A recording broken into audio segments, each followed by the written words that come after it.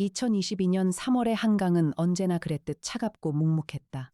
새벽 2시 17분이었다.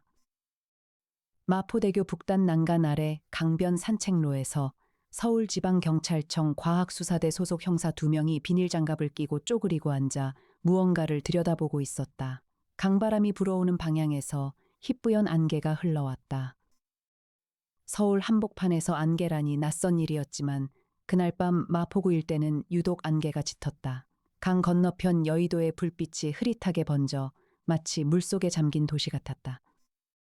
시신은 난간 아래 콘크리트 경사면에 비스듬히 걸려 있었다. 20대 중반으로 보이는 여성이었다. 긴 머리카락이 물에 젖어 얼굴 위로 흘러내렸고 목 왼쪽에 날카로운 물체에 의한 것으로 추정되는 깊은 절창이 있었다. 피가 흰 목 언저리에서 굳어 검은 빛으로 말라붙어 있었다.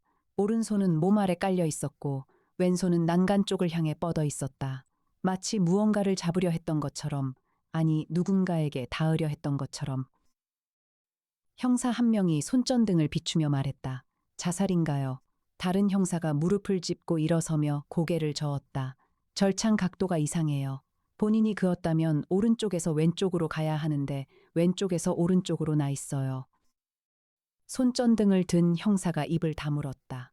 두 사람은 잠시 침묵 속에서 시신을 바라보았다. 강바람이 다시 불어왔다. 죽은 여자의 머리카락이 나부꼈다. 그때였다. 두 형사의 뒤쪽으로 10m쯤 떨어진 가로등 아래에 누군가가 서 있었다. 인기척도 없이 그냥 거기 있었다. 남자였다. 키가 크고 검은 코트를 입고 있었다. 나이를 가늠하기 어려운 희고 각진 얼굴에 표정이 없었다. 그는 시신을 바라보는 것도 형사들을 바라보는 것도 아닌 애매한 각도로 강물 위 어딘가를 보고 있었다. 형사 하나가 뒤를 돌아보았다. 거기 누구야? 대답이 없었다. 이봐요. 여기 들어오면 안 됩니다. 남자는 그 말이 들리지 않는 것처럼 미동도 하지 않았다. 그러다가 천천히 등을 돌렸다. 그리고 걸어서 안개 속으로 사라졌다. 발소리조차 나지 않았다. 손전등을 든 형사가 쫓아가려 했지만 그가 몇 걸음 옮기는 사이 안개는 남자를 완전히 삼켜버렸다. 어둠과 안개가 뒤섞인 그 공간 안에는 아무것도 남지 않았다. 무언가 어색했다. 현장 감식 보고서는 이틀 뒤 작성되었고 피해자의 신원은 이효진 26세로 확인되었다. 직업은 마포구 소재 한 카페의 아르바이트생이었고 연락이 끊어진 지 사흘 만에 가족의 신고로 수색이 시작되었다가 시신으로 발견된 경우였다. 목에 난 절창의 방향과 각도 때문에 타살 가능성이 제기되었지만 강변 폐쇄회로 TV에는 피해자 혼자 걷다가 난간 앞에서 멈추는 장면만 찍혀 있었다. 난간 위로 누군가와 함께 있었다는 증거는 없었다. 그리고 그 가로등 아래에 서 있던 검은 코트의 남자는 아무 폐쇄회로 TV에도 찍히지 않았다. 사건은 자살로 잠정 처리되었다. 그러나 담당 형사 중 한 명은 밤새 잠을 이루지 못했다. 가로등 아래 그 남자의 표정 없는 얼굴이 계속 눈앞에 어른거렸기 때문이었다. 강혁탐정사무소는 마포구 합정동 골목에 박혀있는 50층짜리 오피스 빌딩의 맨 꼭대기층을 전부 사용했다. 300평, 최고급 인테리어, 전면 유리창 너머로 한강과 여의도와 북한산이 동시에 보였다. 창문에는 금박으로 새겨진 고급 간판이 붙어 있었다. 강혁탐정사무소, 엘리베이터 문이 열리면 먼저 이에나의 자리가 눈에 들어왔다. 가장 중앙의 넓은 오크 우드 책상 위에 세종이라 불리는 인공지능 통합 시스템의 메인 화면이 켜져 있었다. 세종은 단순한 컴퓨터가 아니었다. 최신 언어 모델 기반의 법과학 분석 시스템과 데이터베이스 연동 수사 지원 프로그램이 통합된 독자 개발 인공지능으로 국내 어느 수사기관도 갖추지 못한 수준의 자료 처리 능력을 자랑했다. 이에 나는 2022년 기준으로 24이었다. 국립과학수사연구원 법화학과에서 2년 남짓 근무하다가 강혁에게 직접 스카우트 제안을 받고 이쪽으로 넘어왔다. 국과수 재직 시절 그녀는 분석 정확도와 처리 속도 두 가지 모두에서 선배들을 압도했다. 강혁이 그 소문을 처음 들었을 때 한번 만나보자는 연락을 넣었고 커피 한 잔을 마시는 시간 안에 채용이 결정되었다. 실험실에는 43살의 송태풍 박사가 있었다. 의학 박사이자 범죄학 전공자로 사무소의 수석 연구원이었다. 현장 감식과 법의학 분석과 암호 해독을 아우르는 전문성을 갖추고 있었고 무엇보다 밤새 실험에 몰두해도 다음 날 아침 멀쩡한 얼굴로 나타나는 체력의 소유자였다. 그의 조수 나정희는 30대 중반으로 미인이었고 치밀했다. 두 사람은 실험실에서 절대적인 팀워크를 발휘했다. 강혁은 사무소의 정중앙에 자리한 라운지형 소파 위에 누워 천장을 바라보고 있었다. 2090년생, 42세, 강력계 형사 16년, 사직 후 탐정 사무소 설립. 키는 183이었다. 마른 편이지만 좁지 않은 어깨와 긴 팔다리가 그에게 특유의 날카로운 인상을 만들어냈다. 아버지가 남긴 유산 덕에 돈 걱정은 없었다. 탐정 일을 계속하는 이유는 단 하나였다. 좋아서였다. 아니, 좀 더 정확히 말하자면 안 하면 못 배기는 성질이기 때문이었다. 형사 시절 그는 한 가족의 평생이 하룻밤 만에 사라지는 장면을 너무 많이 보았다. 그 장면들이 아직도 눈 속에 새겨져 있었다. 이해나가 커피를 들고 라운지 쪽으로 걸어왔다. 탐정님, 오늘 예약 잡힌 거 없어요. 강혁이 눈을 감은 채 말했다. 알아. 심심하시면 어제 건강보험공원에서 요청한 서류 사기건이 아직 미결인데 그거 어제 넘겼잖아. 이해나가 멈췄다. 언제요? 어젯밤 3시에. 이해나가 표정을 바꾸지 않고 돌아서 자기 자리로 갔다. 세종 화면을 몇 번 두드렸다. 파일이 전송된 기록이 있었다. 시각 22시 57분. 어젯밤 10시 57분이요. 3시였어. 탐정님이 말하는 시간이랑 세종이 말하는 시간이 달라요. 강혁이 눈을 뜨지 않고 말했다. 세종이 틀렸어. 이해나가 반박하려다가 그냥 두었다. 그때 이해나의 책상 위에서 세종의 화면에 알림이 떴다. 이해나가 의자를 당겨 앉으며 화면을 확인했다. 눈매가 살짝 좁아졌다. 탐정님, 뭐야? 마포경찰서에서 비공식 의뢰 요청이 들어왔어요. 사건 접수 번호 22306322로 한강변 여성 시신 발견 건 자살로 잠정 처리됐는데 담당 형사가 뭔가 이상하다고 해요. 강혁이 천천히 일어나 앉았다. 담당 형사 이름 오병국 경위. 강혁이 잠시 생각했다. 알던 이름이었다. 강혁은 소파에서 일어서며 코트를 집어들었다. 가자. 이해나는 강혁이 그 말을 입 밖에 내기도 전에 이미 가방과 장비 케이스를 들고 일어서 있었다. 마포경찰서 오병국 경위는 좁은 사무실 안에서 강혁과 마주 앉아 파일을 펼쳤다. 그는 50대 초반의 다부진 체형이었고 눈가에 피로가 역력했다. 강력계에서 20년 넘게 버텨온 형사였다. 그런 사람이 이렇게 찾아온다는 것 자체가 사건이 보통이 아니라는 신호였다. 강혁 탐정이시죠. 아는 후배한테서 연락처 받았습니다. 죄송합니다. 이런 식으로 부탁드리는 게 좀 괜찮아요. 뭔가 이상한 게 있다고요. 오병국이 파일 안에 사진 몇 장을 테이블 위로 밀었다. 강혁이 사진을 들었다. 이해나가 옆에서 같이 보았다. 시신 사진이었다. 강변 콘크리트 경사면에 비스듬히 걸린 여성의 시신, 목 왼쪽에 절창. 왼손이 위쪽으로 뻗어 있었다. 강혁이 말했다. 절창 방향. 오병국이 고개를 끄덕였다.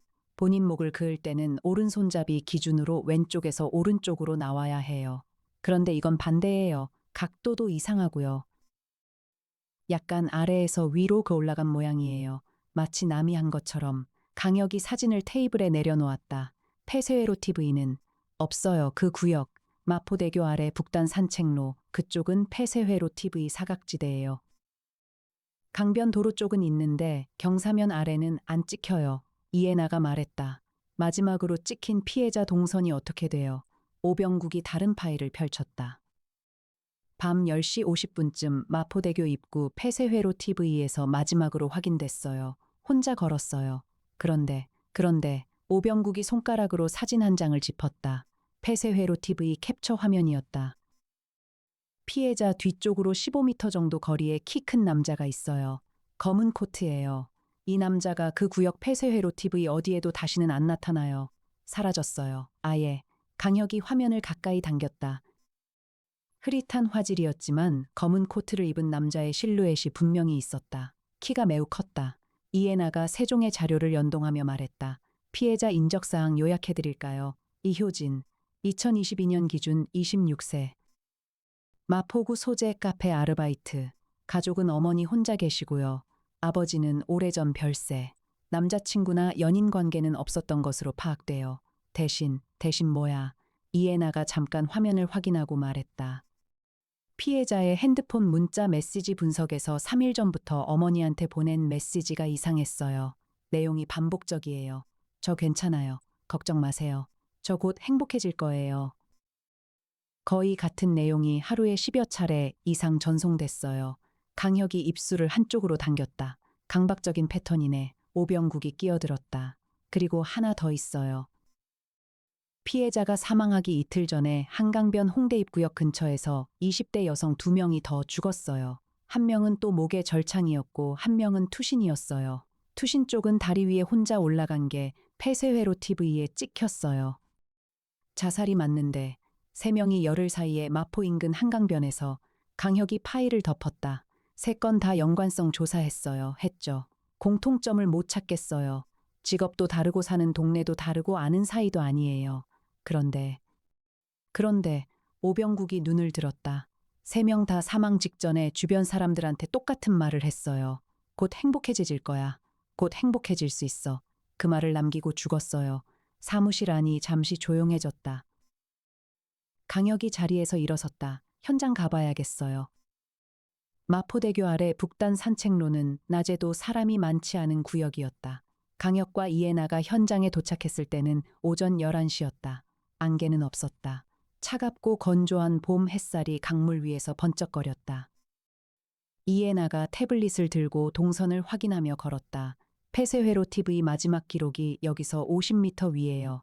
피해자가 내려온 경로는 저 계단이고요. 검은 코트 남자는 폐쇄회로 TV에서 피해자와 거리가 대략 15m였는데 이 계단 부근에서 화면 밖으로 나가요. 그 이후로 어디서도 안 잡혀요. 강혁은 계단을 내려가 콘크리트 경사면 앞에 섰다. 무릎을 굽히고 바닥을 살폈다. 있는 것, 어색한 것, 형사 시절부터 반복한 습관이었다. 있는 것은 강변의 흙과 오래된 낙엽과 물에 씻긴 콘크리트였다. 없는 것은 발자국이었다. 경사면 아래는 흙과 콘크리트가 섞여 있는데 피해자의 발자국은 경사면 위쪽까지는 이어졌지만 시신이 발견된 지점 바로 앞에서 이상하게 흐릿해졌다. 지워진 것인지 원래 없었던 것인지 판단이 어려웠다. 어색한 것. 강혁이 경사면 난간 아래쪽 콘크리트 벽을 자세히 보았다. 손끝 크기의 작은 눌린 자국이 있었다. 마치 손가락 끝으로 3개 짚은 것 같은 모양이었다.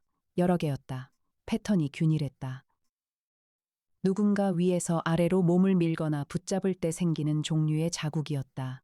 이해나가 케이스를 열고 루미놀 분사기와 감식 장비를 꺼냈다. 채취할게요. 강혁은 일어서서 강물을 바라보았다. 시선이 멀리 여의도 방향으로 흘렀다. 3명이 같은 말을 남겼다. 곧 행복해질 거야. 이해나가 손을 멈추고 고개를 들었다. 탐정님 어떻게 생각하세요? 강혁이 말했다. 죽이는 사람이 있어. 그것도 자발적으로 죽게 만드는 사람이. 이해나가 잠시 말이 없었다. 그렇게 생각하는 근거가 오병국 경위가 말한 걸 들었잖아. 3명이 같은 말을 남겼어. 그건 우연이 아니야. 그리고 절창 방향. 이해나가 끄덕였다. 그리고 말했다. 세종한테 3건 피해자 동선 겹치는 포인트 없는지 분석 돌려놨어요. 결과 좀 있어야 알겠지만 강혁이 돌아서며 말했다. 갈 때 됐다. 2사람이 계단을 올라가려는 순간 이해나의 핸드폰이 울렸다. 이해나가 화면을 확인하고 눈썹을 올렸다. 세종이요. 이해나가 전화를 받으며 걸음을 멈추었다. 잠깐만요. 4번째요. 오늘 새벽이요. 강혁이 몸을 돌렸다. 이해나가 말했다. 오늘 새벽 3시에 또 한 건 나왔어요. 한강대교 북단이에요. 28세 여성. 목에 절창이에요. 지금 국과수에서 검시 중이고요. 담당 형사가 오병국 경위한테 연락을 넣은 거예요. 강혁이 코트깃을 세우며 말했다. 국과수 가자. 국과수 법의학과 검시실 앞에서 강혁은 송태풍 박사에게 전화를 넣었다. 국과수 안은 비공식 협조 채널이 이미 열려 있었고 송 박사는 그 채널의 핵심 인물 중 하나였다. 전화를 받기 전에 이미 문이 열렸다. 검시관이 내부에 들어와도 된다는 신호를 보냈다. 강혁과 이해나가 들어갔다. 4번째 피해자의 이름은 황수민이었다. 28세. 마포구에서 조금 떨어진 용산구 한강로에 사는 회사원이었다. 검시 초기 소견은 목 왼쪽에서 오른쪽으로 관통하는 날카로운 절창 사망이었다. 강혁이 조용히 검시 결과를 들으며 메모했다. 이해나가 작은 목소리로 말했다. 탐정님, 세 번째 피해자도 확인했어요. 김예지, 23세. 직업은 대학원생이에요. 얘도 마지막 이틀 동안 카카오톡으로 친구들한테 같은 말을 반복했어요. 곧 행복해질 것 같아. 그리고 사망 전날 일기 앱에 짧은 글을 남겼는데 내용이 어떤 잘생긴 남자를 만났다고 해요. 강혁이 눈을 들었다. 어디서 만났다고? 한강변 산책로 교차로 근처요. 강혁이 연필을 내려놓았다. 검시관에게 물었다. 이번 피해자도 남자를 만났다는 기록이 있어요. 검시관이 잠깐 생각하고 말했다. 핸드폰 내용 확인 중인데 사망 이틀 전에 누군가랑 통화했어요. 짧게.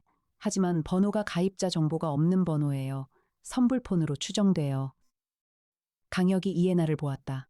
이해나가 이미 메모를 하고 있었다. 두 사람이 검시실 밖으로 나온 뒤 강혁이 벽에 기대서며 말했다. 4명, 열흘, 마포 인근 한강변, 절창 혹은 투신. 사망 전에 잘생긴 남자를 만났다는 기록이 2명에서 확인됨. 같은 말 곧 행복해질 거야를 남긴 게 확인된 게 세미에나가 세종의 데이터를 입력하며 말했다. 그 잘생긴 남자가 뭔가를 말했을 거예요. 그 말이 이 여성들을 죽게 만들었고요. 사이비 종교처럼 자살 암시를 심어놓는 건지 아니면 강제로 죽인 건지 절창 방향이 이상하다는 게 강제를 시사하고 강혁이 말했다. 둘 다일 수도 있어. 무슨 뜻이요? 강혁이 잠시 생각하다가 말했다. 자발적인 것처럼 보이도록 유도하면서 실제로는 개입하는 거야. 그게 더 무서운 방식이지. 이해나가 세종에서 눈을 들었다. 강혁의 얼굴을 잠깐 보았다. 무언가 말하려다 멈추었다. 탐정님. 형사 시절에 이런 사건이 있었어요. 강혁이 잠시 침묵했다. 그리고 고개를 저었다. 없어. 이 패턴은 처음이야. 이해나가 조용히 눈을 내렸다. 그때 이해나의 태블릿에서 세종의 분석 결과가 올라왔다. 이해나가 화면을 들여다보다가 말했다. 탐정님, 4명의 피해자 동선 분석 결과 나왔어요. 공통 위치가 하나 있어요. 강혁이 태블릿을 받아들었다. 마포구 상수동 한 교차로였다. 한강변에서 직선거리 400m 남짓 되는 곳. 지도 위에 4개의 동선이 각기 다른 날, 각기 다른 시간대에 모두 그 교차로를 지나고 있었다. 강혁이 말했다. 거기 가보자. 상수동 그 교차로는 특별할 것이 없는 평범한 동네 사거리였다. 골목과 골목이 만나는 낡은 주택가 사거리로 빌라와 카페와 작은 편의점이 섞여 있었다. 낮 시간이라 사람이 드문드문 지나다녔다. 강혁은 교차로 한가운데 서서 사방을 살폈다. 있는 것, 없는 것, 어색한 것. 있는 것은 폐쇄회로 TV가 동쪽 전봇대 위에 달려 있었다. 없는 것은 아무것도 없는 것처럼 보이는 북쪽 골목 입구였다. 골목 입구에 가로등이 하나 있었는데 낮 시간인데도 불이 켜져 있었다. 가로등이 낮에 켜지는 경우는 조도 센서 오작동이거나 수동 조작이었다. 어색한 것, 교차로 보도블록 위에 작은 흔적이 있었다. 강혁이 무릎을 굽히고 보았다. 까만 분필 같은 것으로 그린 아주 작은 표시였다. 원안의 가로선, 지워지다 만 흔적이었다. 이해나가 사진을 찍었다. 무슨 기호인지 알겠어요. 강혁이 일어서며 말했다. 세종한테 물어봐. 이해나가 세종의 이미지를 전송했다. 30초 뒤 세종이 결과를 올렸다. 이해나가 화면을 읽으며 말했다. 일치하는 기호가 2가지 나왔어요. 첫 번째는 연금술 기호 중 하나인데 가능성 낮고요. 두 번째는 고대 한국 무속 표식이에요. 특정 장소에 0이 머문다는 표시로 사용했던 거래요. 일종의 점괘 행위 관련 마킹이에요. 강혁이 표시를 다시 내려다보았다. 22세기에 이런 표시를 쓰는 사람이 있다는 게. 이해나가 말했다. 진짜 무속인이 아닐 수도 있어요. 이걸 알고 의도적으로 흉내낸 거라면. 강혁이 입을 다물었다. 교차로 주변을 천천히 걸으며 건물들을 훑었다. 북쪽 골목 입구 쪽 낡은 빌라 1층 창문에 흰 천이 쳐져 있었다. 그리고 그 창문 아래 화분이 하나 있었는데 꽃이 없었다. 검은 흙만 있었다. 강혁이 골목 안으로 들어갔다. 이해나가 따라갔다. 빌라 1층 현관 옆에 작은 폐찰이 붙어 있었다. 글씨가 손으로 쓴 것이었다. 마음이 힘든 분 상담해드립니다. 연락처와 함께였다. 이해나가 연락처를 찍었다. 강혁이 골목 안쪽을 더 걸었다. 골목 끝에 막다른 벽이 있었다. 벽에 낡은 시가 프린트된 종이 한 장이 테이프로 붙어 있었다. 비에 반쯤 지워진 활자였다. 이해나가 가까이 가서 읽었다. 탐정님, 시예요. 뭐라고? 이해나가 천천히 읽었다. 네가 원하는 것을 말하라. 나는 네가 원하는 것이 이루어지도록 답해줄 것이다. 그것이 이루어지지 않더라도 그 길은 반드시 행복으로 이어진다. 강혁이 종이 앞에 서서 읽었다. 2번, 3번. 종이를 벽에서 때려다가 멈추었다. 이해나가 말했다. 탐정님, 사진만 찍어놔. 이해나가 찍었다. 두 사람은 골목에서 나왔다. 교차로로 돌아왔을 때 이해나의 핸드폰이 또 울렸다. 이번에는 강혁의 형 강민혁이었다. 이해나가 핸드폰을 강혁에게 내밀었다. 형이에요. 강혁이 받았다. 혁아, 너 마포 사건 알아? 형이 먼저 말했다. 알지. 방금 현장 봤어. 강민혁이 잠시 침묵하다가 말했다. 검찰청에 올라온 보고서 봤는데 우리 쪽에서도 관심 갖고 있어. 피해자들 중에 강남에 거주하는 애가 있어서 서울지방검찰청 쪽에서도 연루 여부 파악 중이거든. 네가 들어간 거 알고 있었어. 오병국 경위한테서 연락받았어, 형. 정보 좀 넘겨줄 수 있어. 강민혁이 다시 잠시 침묵했다. 있어. 근데 공식 루트는 아니야. 오늘 저녁 내 사무실로 와. 알았어. 혁아, 조심해. 이 사건 뭔가 이상해. 강혁이 말했다. 형도 그렇게 생각해. 그냥 연쇄 자살이 아닌 것 같아. 공통분모가 너무 선명해. 강혁이 교차로를 다시 한번 돌아보았다. 그 공통분모가 뭔지 빨리 찾아야 해. 형, 알아. 오늘 저녁에. 강혁 탐정사무소로 돌아온 두 사람은 저녁 식사를 사무실에서 해결했다. 이해나가 세종에 수집한 데이터를 정리했고 강혁은 소파에 앉아 그 화면을 바라보았다. 송태풍 박사가 실험실에서 나와 커피잔을 들고 라운지로 왔다. 절창 성분 분석했어요. 세 번째 피해자 목 주변 조직에서 이물질이 검출됐어요. 극미량이지만 금속성 성분이 조직 내 잔류에 있어요. 보통 절창에서는 이런 게 안 나와요. 강혁이 눈을 들었다. 어떤 금속이야? 텅스텐 합금이에요. 산업용 커터날에서 나오는 성분이에요. 일반 칼 성분이 아니에요. 굉장히 정밀한 도구예요. 의료기기에 쓰이는 수준이에요. 이해나가 말했다. 그러면 범인이 특수 도구를 소지하고 있다는 거네요. 전문 지식이 있는 사람이거나 송태풍이 끄덕였다. 그리고 이게 더 이상한 건데 절창을 낸 방식이 굉장히 빠르고 정확해요. 전문 훈련을 받은 사람 수준이에요.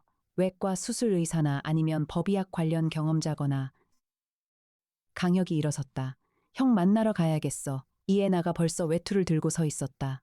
탐정님, 저도 같이 가도 돼요. 강혁이 이해나를 보았다. 물론이죠, 애나 씨. 이해나의 귀 뒤가 약간 붉어졌다. 그녀는 빠르게 고개를 돌리며 가방을 챙겼다.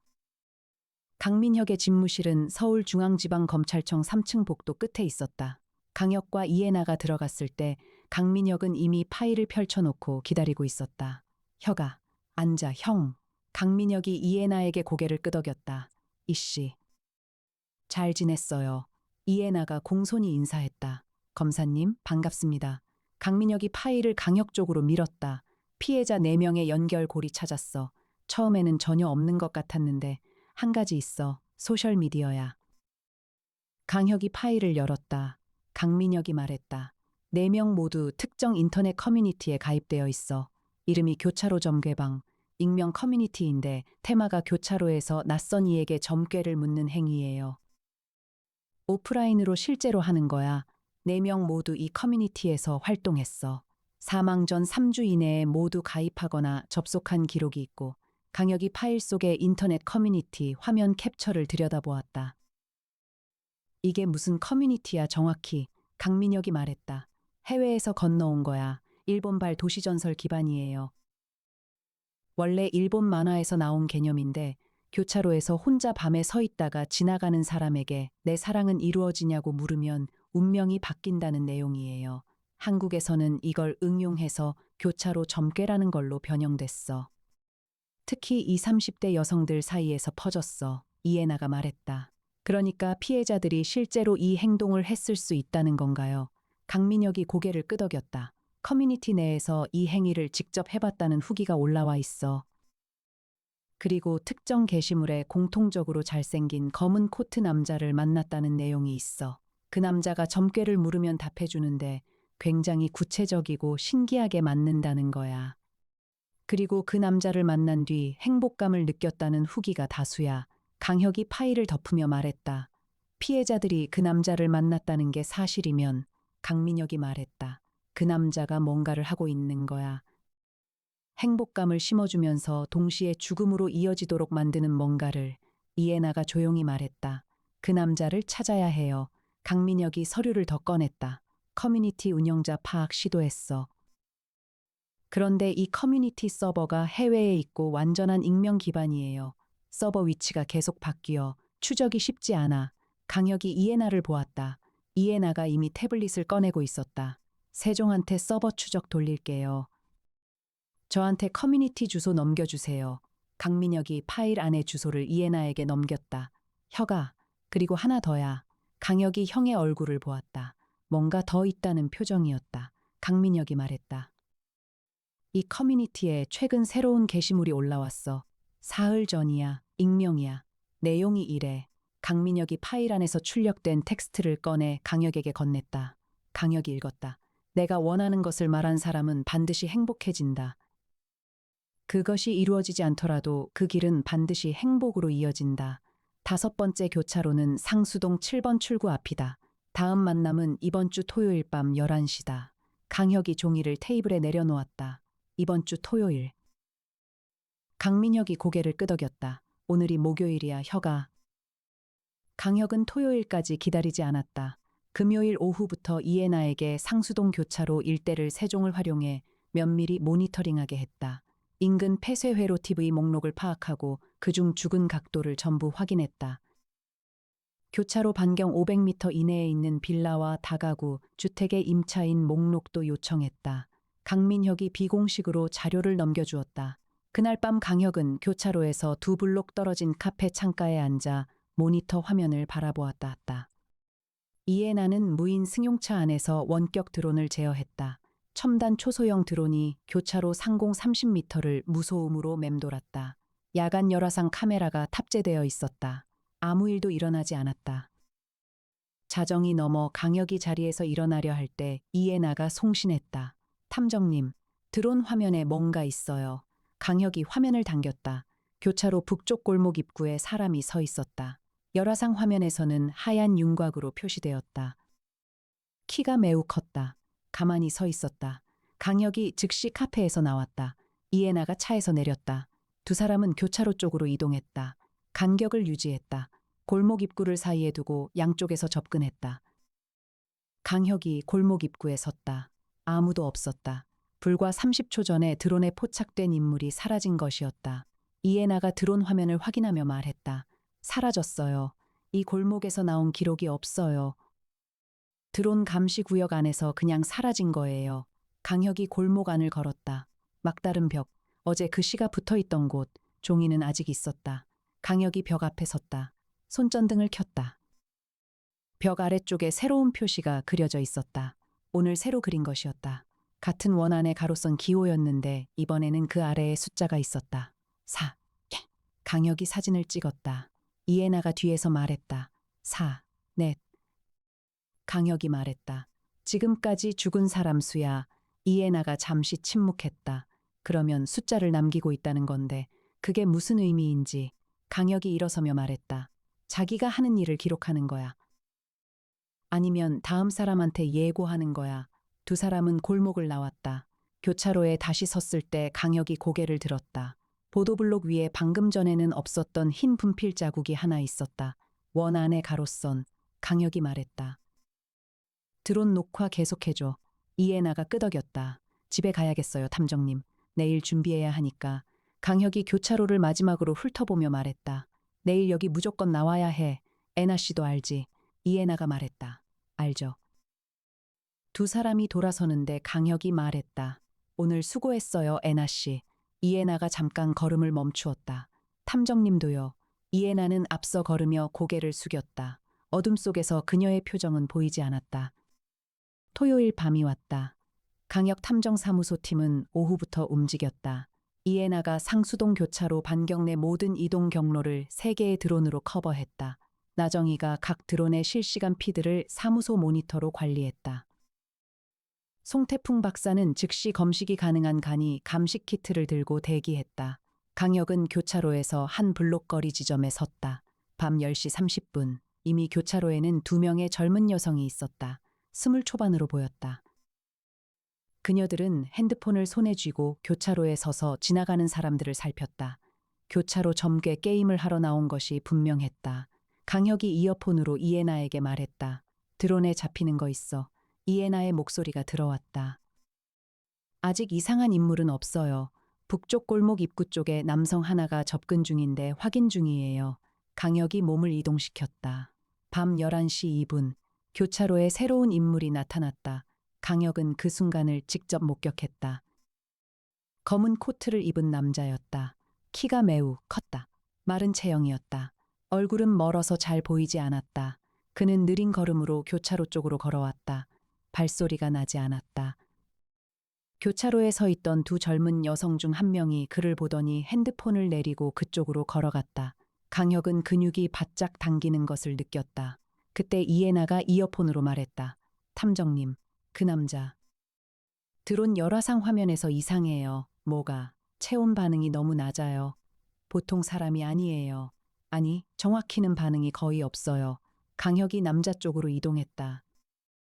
그러나 남자는 강혁이 움직이기 시작하는 순간 마치 그걸 알아채기라도 한 것처럼 방향을 바꾸었다. 강혁이 보폭을 넓혔다. 남자가 북쪽 골목으로 들어갔다. 강혁이 뛰었다. 골목으로 들어갔다. 남자는 막다른 벽을 향해 걷고 있었다. 강혁이 거리를 좁혔다. 10m, 5m. 거기서 남자가 멈추었다. 천천히 돌아섰다. 강혁이 손전등을 켰다. 남자의 얼굴이 빛 속에 들어왔다. 20대 중반에서 30대 초반으로 보이는 남자였다. 창백하게 흰 피부, 날카롭게 각진 얼굴, 귀에 피어스가 있었다. 표정이 없었다. 눈이 깊고 어두웠다. 그런데 강혁이 그 얼굴을 보는 순간 뭔가가 머릿속에 걸렸다. 어디선가 본 얼굴이었다. 아니, 정확히는 본 것이 아니라 무언가 관련 자료에서 확인한 얼굴 같은 느낌이었다. 남자가 입을 열었다. 당신은 뭘 원합니까? 목소리가 낮고 균일했다. 감정이 없었다. 강혁이 말했다. 네가 만난 여자들이 어디 있는지 알고 싶어. 남자가 잠시 강혁을 바라보았다. 그분들은 행복해졌습니다. 어디서? 남자가 미소를 지었다. 정확히는 미소처럼 보이는 근육 움직임이었다. 눈은 웃지 않았다. 그건 내가 답해드릴 수 없습니다. 강혁이 한 걸음 다가섰다. 남자가 한 발 물러섰다. 막다른 벽이 바로 뒤였다. 그런데 그 순간 이에나가 이어폰으로 말했다. 탐정님, 교차로에서 소리가 나요. 그 여자의 한 명이 쓰러졌어요. 강혁의 시선이 흔들렸다. 그 짧은 순간에 남자가 움직였다. 강혁이 다시 손전등을 비추었을 때 막다른 벽 앞에는 아무도 없었다. 강혁이 벽으로 달려갔다. 벽을 짚었다. 단단한 콘크리트였다. 사람이 넘어갈 높이가 아니었다. 그런데 아무도 없었다. 강혁이 이어폰에 대고 말했다. 교차로 가줘, 빨리. 이미 이에나는 달리고 있었다. 교차로에 쓰러진 여자는 22세의 박나영이었다. 의식을 잃지는 않았다. 그러나 극도로 혼란스러운 상태로 인근 편의점 앞에 앉아 있었다. 이에나가 먼저 달려가 옆에 앉았다. 강혁이 도착했을 때 이에나가 박나영을 부축하며 말했다. 괜찮아요. 저 경찰 아니에요. 도와주려는 거예요. 박나영이 떨리는 눈으로 강혁을 보았다. 그 남자가 나한테 말했어요. 강혁이 무릎을 굽히고 그녀의 눈높이로 내려앉았다. 무슨 말? 박나영이 말했다. 내 사랑은 이루어지지 않는다고. 그런데 그게 슬프지 않을 거라고. 그게 오히려 더 행복한 길이라고. 그 말을 듣는데 진짜로 슬프지 않았어요. 오히려 기분이 좋아졌어요. 그리고 그 다음에 박나영이 자기 목을 만졌다. 손이 움직이더라고요. 가방 안에 커터가 있었는데 제 손이 스스로 움직이려고 했어요. 이상하게. 그냥 그러면 안 된다는 생각이 막 드는데 이에나가 그녀의 손을 꽉 잡았다. 괜찮아요, 지금. 아무것도 안 됐어요. 박나영이 울기 시작했다. 강혁이 이에나에게 눈짓을 했다. 이해나가 고개를 끄덕이며 박나영을 계속 돌보았다. 강혁은 일어서서 교차로 쪽으로 걸어갔다. 보도블록 위를 내려다보았다. 아까 없던 분필 자국이 생겨 있었다. 5, 5, 5, 5. 강혁이 그 숫자를 바라보았다. 박나영은 살았다. 그러면 이건 예고다. 이번 주 또 한 명이 더 죽는다는 예고. 강혁은 손바닥으로 분필 자국을 문질러 지웠다. 지워졌다. 그러나 기억에는 남았다. 그날 밤 사무소로 돌아와 강혁은 소파에 앉아 자료 파일을 꺼냈다. 박나영에게서 들은 내용과 검은 코트 남자의 얼굴을 다시 생각했다. 어디서 본 얼굴이었다. 강혁이 세종 화면을 켰다. 세종. 마포 인근 한강변 교차로 점괘 관련 온라인 커뮤니티 운영 이력 전수 검색해줘. 세종이 처리를 시작했다. 옆에서 이해나가 말했다. 탐정님, 저도 검색 하나 돌리고 있어요. 텅스텐 합금 의료용 커터 관련 판매 이력이요. 국내 수입 업체 기준으로요. 강혁이 말했다. 언제부터? 20년부터요. 강혁이 고개를 끄덕이며 화면을 바라보았다. 세종이 결과를 올리기 시작했다. 커뮤니티 운영자 계정 추적 결과였다. 그리고 강혁의 시선이 멈추었다. 계정 접속 기록에 IP 주소가 추적된 결과 서울 마포구 상수동 소재 특정 주소로 수렴하고 있었다. 그리고 그 주소에 등록된 임차인 이름이 있었다. 강혁이 그 이름을 읽었다. 3번 읽었다. 이름은 이진백이었다. 24년생, 28세, 사진을 요청했다. 사진이 올라왔다. 강혁이 화면을 바라보았다. 검은 코트를 입고 이어폰을 한 창백한 얼굴의 남자, 귀에 피어스가 있었다. 오늘 밤 골목에서 맞닥뜨린 그 남자가 맞았다. 이해나가 옆으로 다가와 화면을 보았다. 이진백, 직업 이력 확인할게요. 이해나가 세종을 통해 검색했다. 30초 뒤 결과가 올라왔다. 이해나가 화면을 읽다가 표정이 굳었다. 탐정님, 강혁이 이해나를 보았다. 이해나가 말했다. 이진백, 20년에 의과대학을 중퇴했어요. 중퇴 전까지 2년 동안 신경과학 전공이었고요. 그전에는 심리학 관련 논문을 여러 편 써요. 저널에 게재된 것도 있어요. 내용이 다 비슷해요. 언어적 암시와 신경계 반응의 상관관계. 그리고 이해나가 화면을 스크롤 내렸다. 이진백의 어머니. 20년에 돌아가셨어요. 사인이 자살이에요. 마포구 상수동 교차로 근처 한강변이에요. 사무소 안이 조용해졌다. 강혁이 말했다. 어머니의 사망 장소. 이해나가 말했다. 지금 이 사건들이 일어나는 그 반경이에요. 강혁이 손으로 이마를 짚었다. 이진백의 어머니가 죽은 교차로, 그 교차로에서 이진백이 똑같은 일을 반복하고 있다는 건 이해나가 조용히 말했다. 어머니가 죽은 이유가 뭔지 알아야 해요. 강혁이 세종에 입력했다. 20년 마포구 이진백의 어머니 사망 사건 관련 경찰 기록 조회 세종이 처리했다. 결과가 올라왔다. 20년 2월 한강변 자살로 처리된 여성 사망 사건 목의 절창 당시 같이 있었던 인물 진술 확인. 교차로에서 만난 낯선 남자에게 점괘를 물었다가 그 답이 충격적이어서 삶을 포기했다는 유서 내용 기록. 교차로에서 만난 낯선 남자. 그 남자를 추적한 기록은 당시 수사 기록에는 없었다. 이해나가 말했다. 탐정님. 이진백의 어머니도 교차로 점괘로 죽었어요. 그리고 이진백이 지금 그걸 반복하고 있어요. 강혁이 말했다. 이진백은 피해자이면서 가해자야. 이해나가 강혁의 말을 받았다. 어머니를 죽인 그 남자처럼 되어버린 거예요. 강혁이 자리에서 일어서며 말했다. 이진백이 어머니를 죽인 남자를 알아. 그 남자가 누군지 찾자. 이해나가 20년 사건 기록을 다시 세종에 올렸다. 당시 수사 기록에는 교차로 점괘에 등장한 남자에 대한 구체적인 묘사가 한 줄 있었다. 40대 중반 남성, 키 크고 마른 체형, 검은 계열 의복. 강혁이 읽었다. 40대 중반, 20년 기준으로. 지금은 50대 초반. 이해나가 세종에 입력했다. 20년 기준으로 교차로 점괘 관련 인물 추적. 피해자 이진백 모친 사망사건 관련자. 결과를 기다리는 동안 강혁이 창밖을 보았다. 한강이 보였다. 밤의 한강은 검고 고요했다. 이해나가 말했다. 탐정님, 세종 화면에 새로운 정보가 올라왔다. 20년 사건과 관련된 신고자 진술 기록. 당시 신고자는 이진백이었다. 18살이었다. 그리고 이진백의 진술 내용. 어머니가 교차로에서 만난 남자를 따라갔습니다. 그 남자의 이름을 알아요. 어머니가 생전에 말한 적이 있었어요. 그 남자는 자기를 점술가라고 했어요. 이름은 류강이라고 했어요. 강혁이 이름을 입력했다. 류강. 세종이 검색했다. 5초. 결과가 올라왔다. 류강. 1972년생. 현재 50세. 직업 무속인 및 상담사. 마포구 합정동 주소 등록. 전과 없음. 단 20년에 마포서에서 참고인 조사를 받은 기록이 있음. 이진백 모친 사망 사건 관련 강혁이 뒤에 붙은 내용을 확인했다. 참고인 조사, 혐의 없음으로 처리. 이해나가 말했다. 이진백이 류강을 어머니를 죽인 사람으로 보고 있는 거네요. 그런데 법적으로는 혐의가 없었던. 강혁이 말했다. 이진백은 2년 동안 류강이 한 것을 직접 따라하고 있어. 교차로, 검은 코트, 점괘, 그리고 죽음으로 이어지는 방식까지. 이해나가 조용히 말했다. 류강을 찾아야 해요. 강혁이 주소를 세종에 입력했다. 합정동. 지도가 떴다. 강혁 탐정사무소에서 직선거리 500m.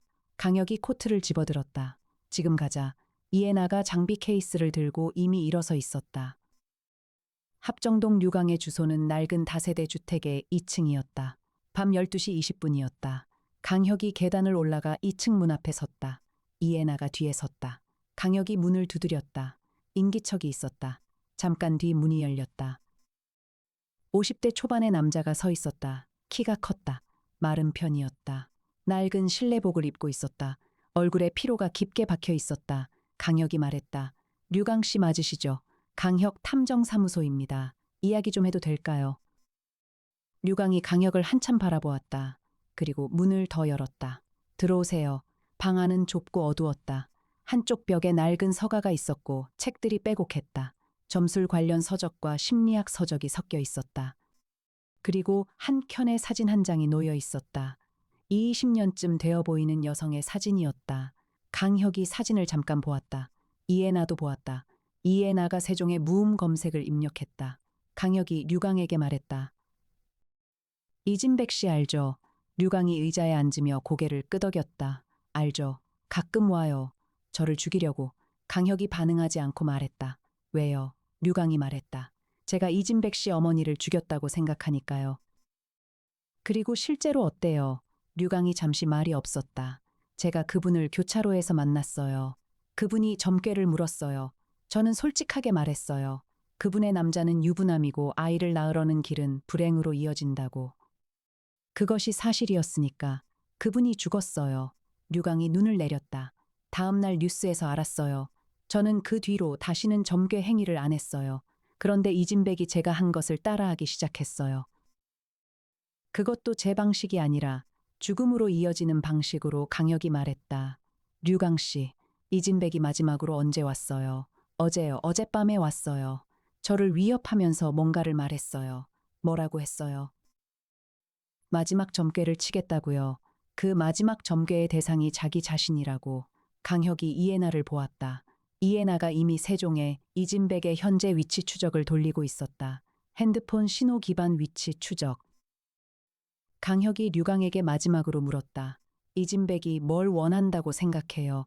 류강이 오래 말이 없었다가 답했다. 어머니를 다시 만나고 싶은 거겠죠. 이해나의 세종 화면에 결과가 올라왔다. 이진백 핸드폰 신호, 마포대교 북단 산책로, 강혁이 류강의 방을 나왔다. 뛰었다. 이해나가 바로 옆에서 달렸다. 마포대교까지는 도보 10분 거리였다.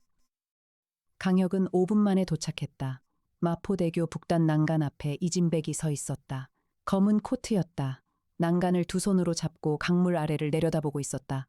강혁이 걸음 속도를 줄였다. 천천히 다가갔다. 이진백. 남자가 고개를 돌렸다. 강혁을 보았다. 표정이 없었다. 그런데 그 표정 없음이 이번에는 달리 보였다. 비어있는 것이 아니라 모든 감정을 다 소진해버린 상태였다. 강혁이 말했다. 마지막 점괘 치러 왔어. 이진백이 고개를 돌려 강물을 다시 보았다. 내 사랑이 이루어지느냐고 물으면 돼요. 그러면 나 스스로 대답하면 돼요. 강혁이 한 걸음 더 다가갔다. 뭐라고 대답할 건데? 이루어지지 않는다고. 그러면 행복한 길로 이어진다고. 강혁이 이진백의 옆에 섰다. 난간에 같이 손을 얹었다. 이진백이 강혁을 보았다. 강혁이 말했다. 이진백 씨, 어머니를 류강이 죽인 게 아니야. 류강은 사실만 말했어. 어머니를 죽인 사람이 따로 있어. 이진백이 눈매를 좁혔다. 강혁이 말했다. 20년 이전에도 이 교차로 근처에서 비슷한 방식의 죽음이 있었어. 류강이 교차로 점괘를 시작하기 전부터 그 기록이 있어. 당신 어머니 사망 전 5년 동안 마포 인근에서 같은 방식으로 5명이 죽었어. 그 5명이 마지막에 만난 남자는 류강이 아니야. 다른 사람이야. 이진백이 강혁을 바라보았다. 이해나가 뒤에서 말했다. 세종 자료예요. 지금 막 확인했어요. 이해나가 태블릿 화면을 들어 이진백에게 보여주었다. 이진백이 화면을 보았다. 오래 보았다. 강혁이 말했다. 당신이 류강을 원망한 것도, 당신이 이 일을 반복한 것도 전부 잘못된 표적에 향한 거야. 그리고 당신은 이미 알고 있었지. 이 일이 맞지 않는다는 걸. 매번 숫자를 남긴 건 본인이 뭔가 잘못하고 있다는 걸 기록해 놓은 거야. 이진백의 손이 난간에서 떨어졌다. 강혁이 이진백의 팔을 잡았다.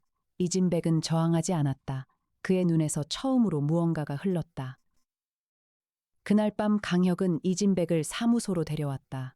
송태풍 박사가 이진백의 상태를 확인했다. 영양 상태가 매우 나빴다. 몸에는 자해 흔적이 여러 곳 있었다. 이진백은 소파에 앉아 처음으로 입을 열었다. 어머니가 돌아가신 뒤 저는 류강을 찾았어요. 그런데 류강을 찾으러 다니다 보니까 이상한 걸 알았어요. 류강 이전에도 비슷한 일이 있었다는 걸. 그런데 저는 그 사실을 받아들이지 않았어요. 그냥 류강이 나쁜 사람이라고 생각하고 싶었어요. 그래야 제가 뭔가 할 수 있을 것 같으니까. 강혁이 이진백 앞에 앉아 말했다. 당신이 그 일을 반복한 건 뭘 원했던 거야. 이진백이 말했다. 어머니가 왜 죽었는지 알고 싶었어요. 그 교차로에서 어떤 일이 일어났는지. 그래서 같은 일을 해보면 어머니를 이해할 수 있을 것 같았어요. 그런데 제가 하면 할수록 어머니를 더 이해하게 됐어요. 그게 무서웠어요. 이진백이 잠시 눈을 감았다가 떴다. 그 여자들한테 제가 한 말이 있어요. 그분들한테 미안해요. 이해나가 말했다. 그분들은 살아있어요. 지금까지 죽은 분들이 있는 건 사실이지만 그분들이 이진백 씨 때문에만 죽은 건지는 아직 확실하지 않아요. 그 말이 이진백에게 닿았다. 강혁이 이진백에게 말했다. 이진백 씨. 20년 이전에 이 교차로 근처에서 죽은 5명. 그들을 죽게 만든 사람을 우리가 찾을게. 당신이 그 사람 찾도록 도와줄 수 있어. 이진백이 강혁을 바라보았다. 오래 바라보았다. 그리고 고개를 끄덕였다. 이틀 뒤 강혁 탐정사무소는 세종의 빅데이터 분석과 강민혁의 비공식 자료 지원을 통해 결정적인 정보를 확보했다. 20년 이전 5건의 사망사건, 공통점이 있었다. 모두 마포구 상수동 및 홍대 입구 인근 교차로 근방, 모두 목에 절창, 모두 사망 전에 잘생긴 낯선 남자와 대화했다는 진술, 그리고 그중 2건에서 DNA 미확인 외부인 흔적이 있었다. 이해나가 세종을 통해 그 DNA 정보를 국과수 기록과 대조했다. 일치 대상이 나왔다. 22년 기준 55세의 남성, 이름은 장석호, 20년 전 마포구에서 무속인으로 활동하다 폐업 후 주소 불명. 20년 이전 마포 인근 교차로 근처 다세대 주택의 거주 이력, 강혁이 화면을 보았다.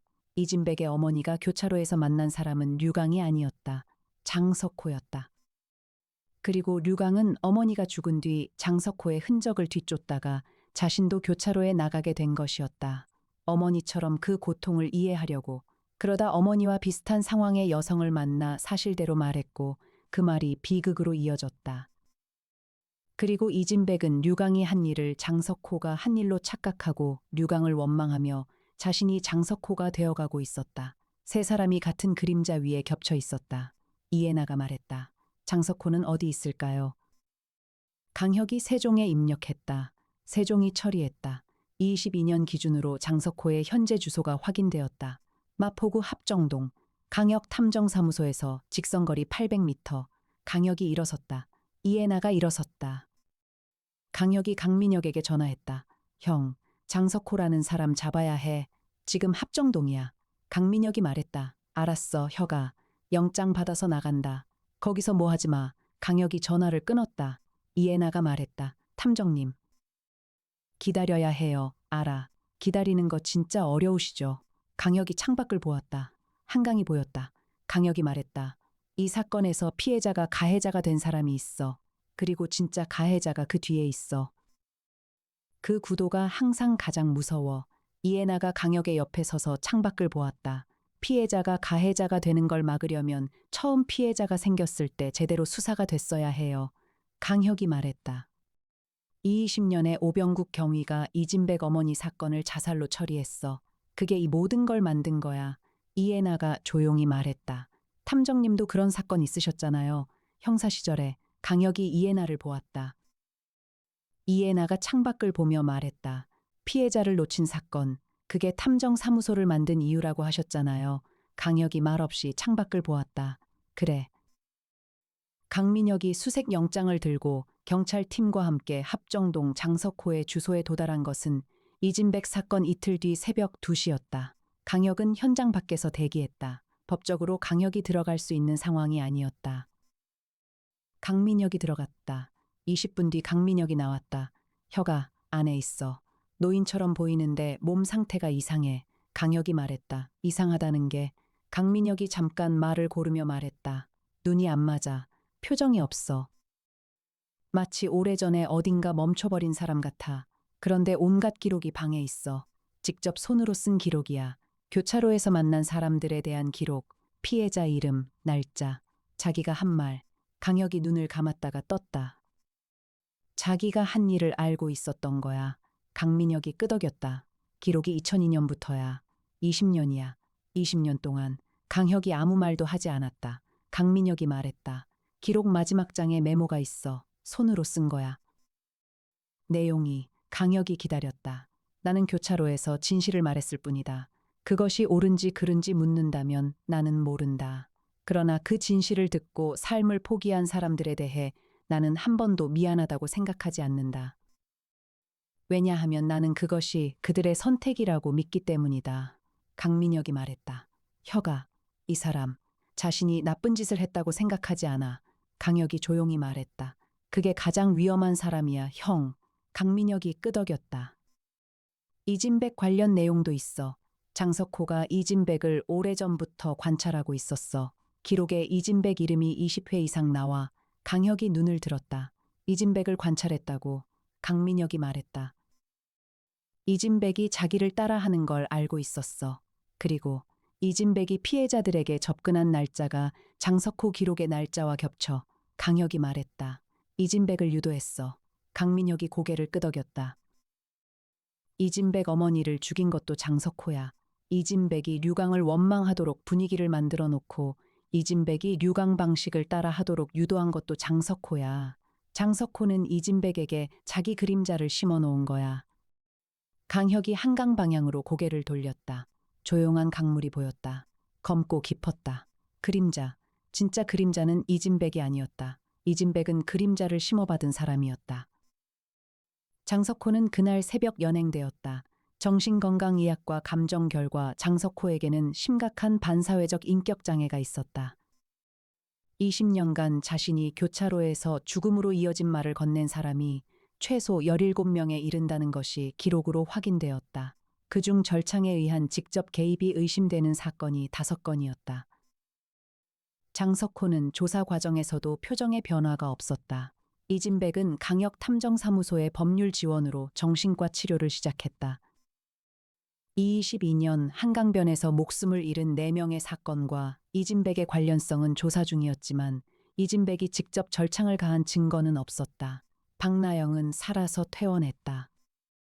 류강은 이진백이 직접 찾아와 오랫동안 이야기를 나누었다고 했다. 마지막에 이진백이 류강에게 처음으로 미안하다는 말을 했다. 오병국 경위는 20년 이진백 모친 사건을 재검토하겠다는 의사를 강혁에게 전했다. 강혁은 고개를 끄덕였다. 봄 끝자락의 어느 날 오후였다. 강혁이 사무소 소파에 앉아 창밖의 한강을 바라보고 있었다. 이해나가 세종 앞에서 다음 의뢰 분석을 하고 있었다. 나정희가 실험실에서 새 기자재를 정리하는 소리가 들렸다. 송태풍 박사는 논문을 읽다가 잠들어 있었다. 이해나가 말했다. 탐정님, 새 의뢰 들어왔어요. 강혁이 창밖에서 시선을 돌렸다. 뭔데? 이해나가 화면을 보며 말했다. 재벌 2세 50대 여성. 남편이 10년 전 실종됐는데 죽은 사람으로 처리된 그 남편이 다른 나라에서 살고 있다는 제보를 받았대요. 강혁이 일어섰다. 자료 준비해. 이해나가 이미 준비를 시작하고 있었다. 강혁이 코트를 들며 이해나를 보았다. 오늘 늦을 수도 있어요, 애나 씨. 이해나가 화면을 보며 말했다. 알아요. 차는 제가 몰게요. 드론도 챙겼어요. 세종 원격 연동도 됐어요. 강혁이 잠시 이해나를 바라보았다. 매번 준비가 한 발 빠르네. 이해나가 화면을 보며 말했다. 그게 제 일이니까요, 탐정님. 강혁이 먼저 문 쪽으로 걸어갔다. 이해나가 따라 일어섰다. 둘의 발소리가 오피스 바닥 위에서 규칙적으로 겹쳤다. 창밖의 한강은 여전히 흐르고 있었다. 언제나처럼 차갑고 깊고 묵묵하게. 그해 여름이 지나고 이진백은 류강을 다시 찾아갔다. 상수동 골목 빌라 2층이었다. 낮이었고 안개는 없었다. 이진백이 류강에게 물었다. 당신은 왜 교차로에 처음 나갔어요? 류강이 오래 생각하다가 말했다. 나도 잃은 사람이 있어서요. 이진백이 말했다.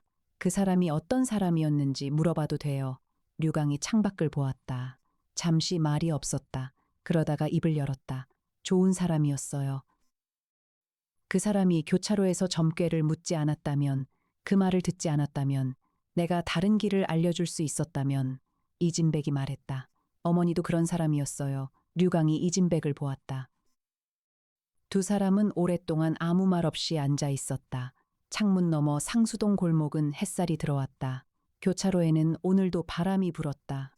누군가의 그림자가 그 위를 지나갔다. 그리고 사라졌다.